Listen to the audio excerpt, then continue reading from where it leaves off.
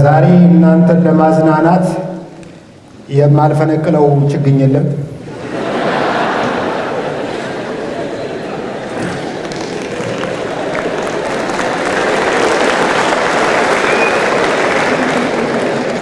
አንዳንዴ ሳስበው እንደየዘመኑ ሁኔታ ማሻሻያ የሚያስፈልጋቸው ብዙ አባባሎችና ተረቶች ያሉ ይመስለኛል።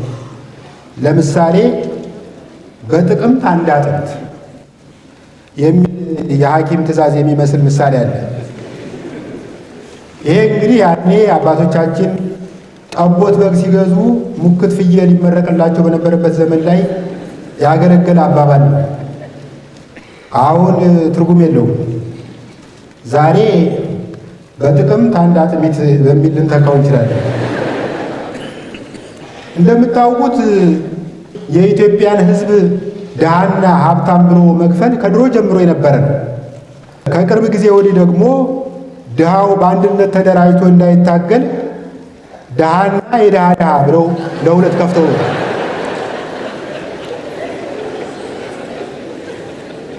የገንዘብ ሚኒስተር ሁለቱን የሚለያይበት የራሱ መስፈርት ይኖረዋል።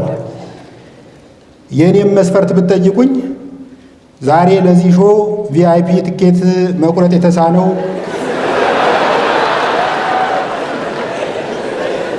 300 ብር ብቻ ከፍሎ የገባው ማህበረሰብ ድሃ ሲሆን ጭራሽ ያልገባው የድሃ ድሃ ነው።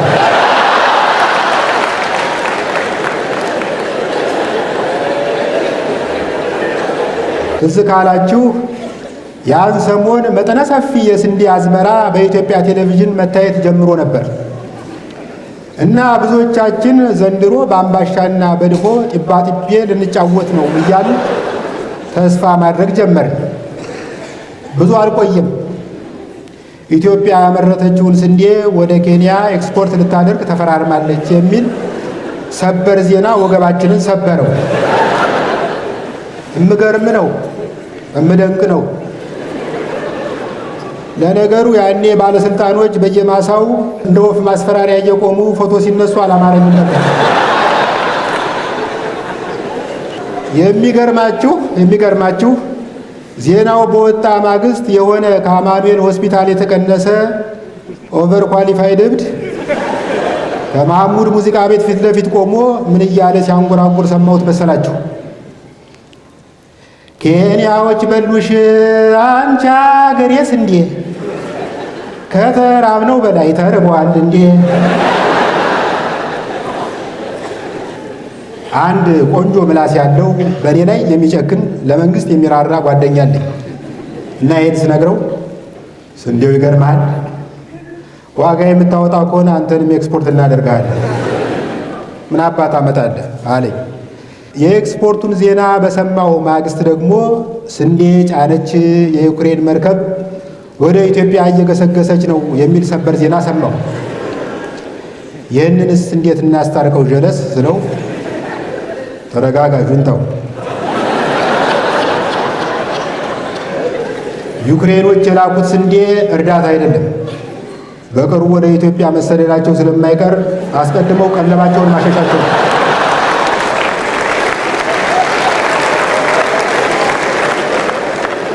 ሰሞኑን ከበድ ያለ ነገር እየገጠመን ነው።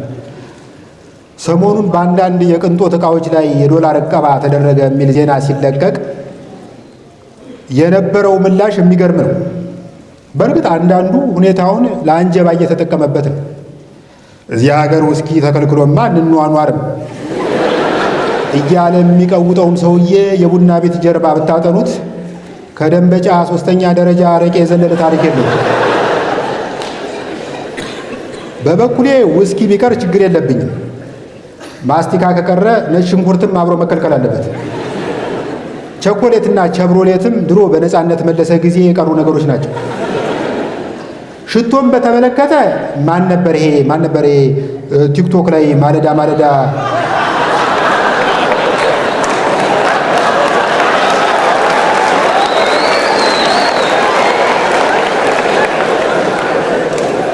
ማን ነበር ቲክቶክ ላይ ማለዳ ሽቶ የሚጠቀመው ሳይሆን ሽቶ የሚጠመቀው ሞዴል ባለ ሀብት እሱን ይጭነቀው እንጂ እኔ ሲፈጥረኝ መላ ሰውነቴ ሉባንጃ ነው።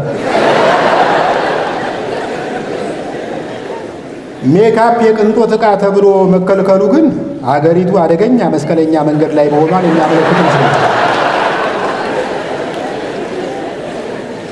እንዴ ለብዙ እህቶቻችን ሜካፕ የቅንጦት ሳይሆን የሞት ሽረት ዕቃ እንደሆነ እናውቃለን።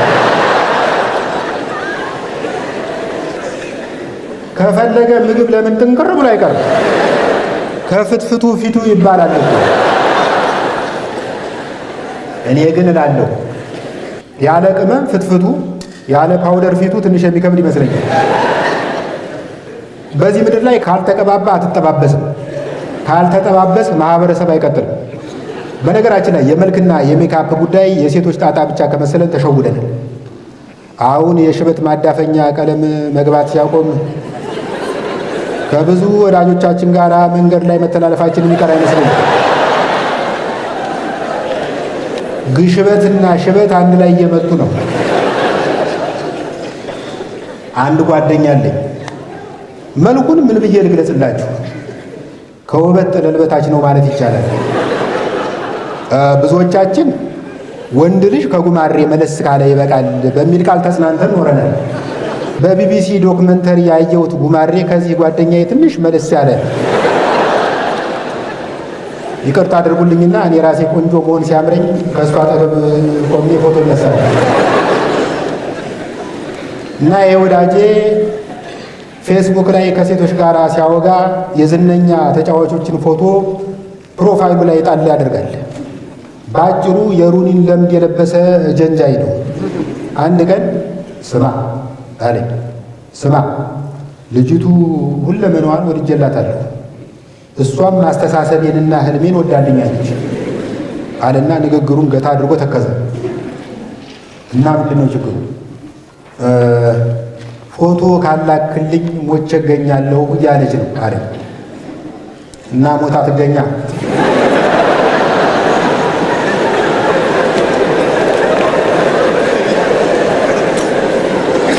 ስለው ተው እባክህ ይልቅ ደህና አድርገህ አንሳኝና ልስደድላት አለና ስልኩን አቀበለኝ። ስልኩን አቀብሎኝም እንደ ዱላ ቅብብል ሯጭ ፈንጠር ብሎ ቆመ። ከዛ ያነሳሁትን አየና አይ ይሄ እንኳን ሰልፊ መሰለ፣ ትንሽ ራቅ ብለህ ታነሳኛ ይሻል። በዚህ አይነት እኔ ስቀርበው እሱ ሲርቅ፣ እኔ ስቀርበው እሱ ሲሸሸኝ፣ እኔ አዲስ አበባ እሱ ኦሮሚያ ክልል ሆነን ቆመ።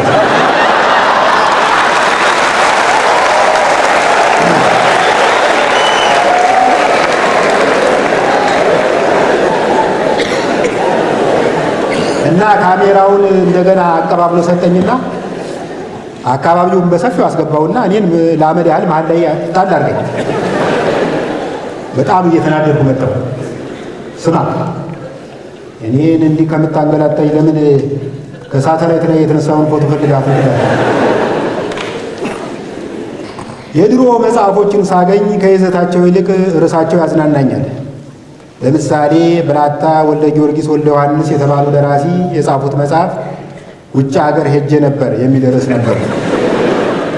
ውጭ ሀገር ሄጄ ነበር ሪፖርት ነው ጉራ ነው በሚለው ላይ አሁንም ምርምር እያደረኩ ነው። እኔም እንግዲህ በየመካከሉ አሜሪካ ሳለሁ እያልሁ ስለማዘጋችሁ በቂ የስነ ልቦና ዝግጅት እንዳይለያችሁ። አሜሪካ እያለሁ በጣም ሸንቀጥ ያልኩ ነበር። የሆዴን ቅርጽ ራሱ ብታዩት ከላይ እንዲህ ሆኖ ወደ ጎን ደግሞ እንደዚህ ተሰምሮ ምን ልበላቸው የሆነ ከስጋና ከጅማት የተሰራ የባቡር ሀዲድ ነበር የሚመስለው። እዚህ ሀገር ስመጣ ያም ሲጋብዘኝ ስበላ፣ ያም ሲጋብዘኝ ስጠቀጥቅ ተነፋፋሁ፣ እንደ ራሽያ ወደ ጎን ተስፋፋ። በነገራችን ላይ ቦርጭ በአግባቡና በደረቡ ሲሆን ጸጋ ነው። በሲክስ ፓክ ላይ ቦርጭ መደረብ ግን በራስ ላይ እጅግ አሰቃቂ ወንጀል እንደመፈጸም ነው። አስበው፣ አጭር ሆነ በሲክስ ፓክ ላይ ቦርጭ ስትደርብ ወደ ምን እንደሚመስል ታውቃለህ? 3 ቦታ የታሰረ የማርከር የሚመስል። መፍትሄ ፍለጋ ዙሪያዬን ማማተር ጀመርኩ። የሆነ ጊዜ ላይ በ10 ቀን ውስጥ ቦርጭ እናጠፋለን የሚል ማስታወቂያ አለ። በፎቶሾፕ መሆን አለበት። በሌላ ቀን ደግሞ ቦርጭ በጸሎት አጠፋለሁ የሚል ነብይ በቲቪ አየ። እኔ የጸሎትን ኃይል አልንቅም፣ ግን በጸሎት የሸንቃጣ ሰውነት ባለቤት ትሆናለህ ብዬ አላለም። ምናልባት ከጸሎት በኋላ የተባረከ ቦርጭ ባለቤት ልትሆን ትችላለህ።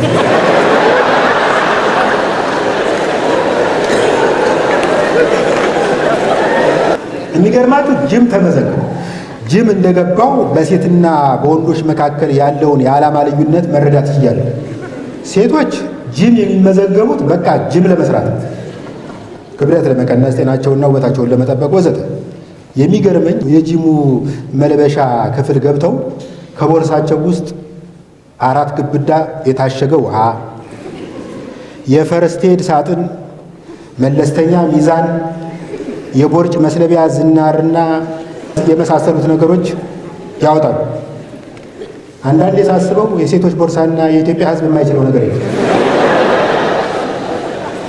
ወንድ ልጅ በበኩሉ ጅም የሚመዘገበው ዘርፈ ብዙ ተግባሮችን ለመፈጸም ማለትም ለጅንጀና፣ ከውጭ የተላከለትን ብራንድ ቱታና ጫማ ለማሳየት፣ ከሌሎች ወንዶች ጋር የጥሬ ሥጋ ማህበር ለመመስረት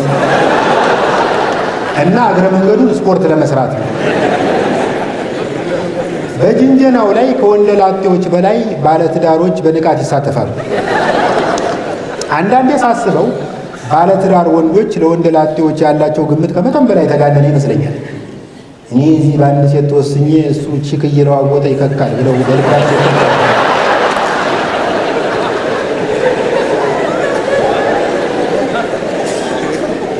እውነታው ግን ከዚህ በጣም ይርቃል።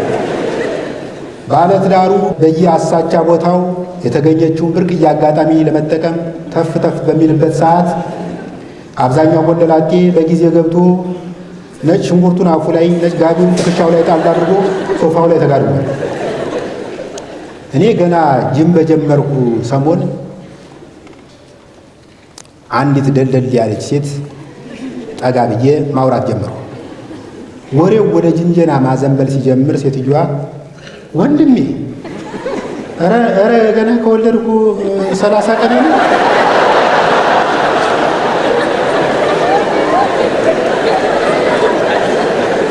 ዓላማ ምንድን ነው? ዓላማዬ የልጁ ክርስትና አባት ነው።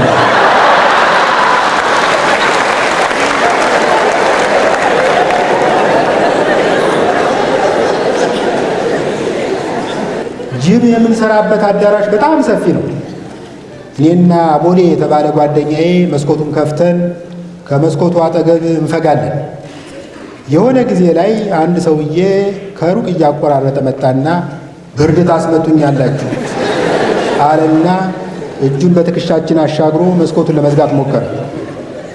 ጓደኛዬ ወንድሜ የኔ አባት ዶክተር ነው፣ ብርድ መምታት የሚባል ነገር ሳይንሳዊ አይደለም፣ ይልቅ በዚህ መጠን በታፈነ አዳራሽ ውስጥ ስፖርት መስራት በራስ ላይ የኬሚካል ጦር መሳሪያ እንደመተኮስ ይቆጠራል። ሰውየው ለተሰጠኝ ሙያዊ ማብራሪያ አመሰግናለሁ ብሎ ይሄዳል ብዬ ሳስብ እኔ ካንተ ባላውቅም ብሎ ጀመረና መጠነ ሰፊ ምላሽ ሰጠ። እኔ ካንተ ባላውቅም ብሎ መጀመር የትህትና አነጋገር ይመስለኝ ነበር። በእርግጥም አንድ ሰው ፒኤችዲውን ከሃርቫርድ ዩኒቨርሲቲ ሰርቶ የጥናትና የምርምር ጽሑፍ አሳትሞ እኔ ካንተ ባላውቅም ብሎ ከጀመረ ትህትና ነው። አንድ ሰው ከ3ኛ ክፍል አቋርጦ እኔ ካንተ ባላውቅም ብሎ ከጀመረ ግን ኑዛዜ ነው። ሰውየው ችክ እያለ ሲመጣ ጓደኛዬ እየተናደደ መጣ። ስማ፣ አሁን የተናገርከው ከሳይንስ ጋር ያለህን ስር የሰደደ ጠብ የሚያሳይ ነው። ዶክተር አብይ እንዳንተ ያሉ ሰዎች መኖራቸውን ቢያውቅ ከሳይንስ ሙዚየሙ ጎን የሳይንስ መካነ መቃብር ይገነባ ነበር። አሁን ይሄ መስኮት ይከፈታል ብለናል፣ ይከፈታል። እምቢ ካልክ ምርጫ ያንተ ነው። እንደኔ እኛ ተጋግዘን ከምንመጣ ብርድ ቢመጣ ይሻላል። ብዙም ሳልቆይ ጂሙን ተውኩትና ወክ ማድረግ ወሰኑ። እኛ ሰፈር እንደ ብዙ የአዲስ አበባ ሰፈሮች ለወክ የተመቸ አይደለም። አስፋልት አለ። ከአስፋልቱ ዳር የምታገኘው የእግረኛ መንገድ ሳይሆን የሆነ ሀብታም ሰው ግቢ ነው። እየተራመድክ ድንገት ከፊት ለፊት ሲኖትራክ ከመጣብህ ዘል ሀብታሙ ቤት ትገባለህ። ከመኪና አደጋው ብታመልጥ ዘበኛው ይገላል። አሳቻ መንገድ ላይ በእግር መሄድ ብዙ አደጋ ያጋጥሟል። ከጥቂት ሳምንታት በፊት አድዋ ድልድይ አካባቢ ወክ እያደረኩ ሳለ አንድ ጎረምሳ በሞተር እያለ መጣና እጄ ላይ የነበረውን ምን የመሰለ የተጠበሰ በቆሎ ሞጭረፍ አርጎኝ ተፈተለለ። እንዴ ለበቆሎ ጥብስ ይሄኛል ስለው ለዛሬ ልምምድ ላይ ስለሆነ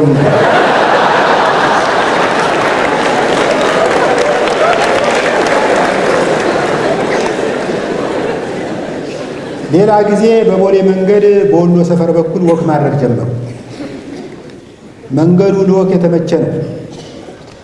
ይሁን እንጂ የሕዝብ አቴንሽን ላለመሳብ ብዬ ማስክ አድርጌ መራመድ ጀመሩ። 10 ደቂቃ ከተራመድኩ በኋላ ግን የሆነ አቴንሽን ናፈቀኝ። ማስኩን አወለኩና መራመዴን ቀጠሉ። የሆነ ቦታ ስደርስ ቆሙ። ብዙ ሳይቆይ የሲቪል ልብስ የለበሰ ሲቪል ሰው እየመጡ አጠገቤ ቆመ። አወቅኩት። ጂም ቤት ከጓደኛዬ ጋር የተጣላሁት ሰውዬ ነው። አይን ላይን ስንገጣጠም አፌ እንዳመጣልኝ እዚህ አካባቢ የልብስ ሱቅ አለ አልኩት። የረጠበ ሱሪን መቀየር ፈልገህ ነው አለኝ። ለክፉ የማይሰጥ ቀለል ያለ ስድብ ልሰድበው ወስኜ ከካ እና የመሳሰሉትን ቃላት ነው። እሱ ኦፔራን ኦፕራ እንደሚያቀነቅን ሰው እጁን በረጅሙ ዘረጋና አንዴ በስንቃሪ ጥፊ ሰረበኝ። ለጊዜው ፊቴ ከሰውነቴ ላይ እየተደመሰሰ ነው ይመስላል። አሁን ተራው የኔ ነው። እንደ ሜሲ ብድግ አልኩና አንዴ በቴስታ እምርት ላይ ገባሁ።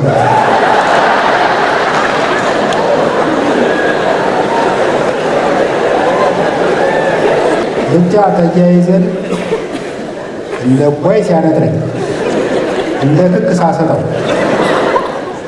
10 ደቂቃ ያክል ቆየ። ወዲያው ድንገት ከየት መጣ ያልተባለ ዝናብ መውረድ ጀመረ።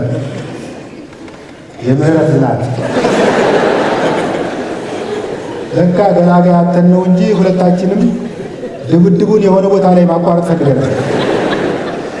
ለቀቀኝ፣ ለቀኩት። ከዝናቡ መጠለያ የምንፈልግ አስመስለን በየተቃራኒው አቅጣጫ ለመሮጥ ተዘጋጀን። ወዲያው ግን ድንገት ከመንገዱ ዳር ሆና ድብድባችንን በተመስጦ ስትከታተል የነበረች ፓርኪንግ የምትሰራ ሴት ቆይ አንዴ አለችና ለሁለት ሰው የሚበቃ ግብዳ ጃንጥላ ይዛ ግን እየሮጠች ነበር። እመለሳለሁ። አመሰግናለሁ።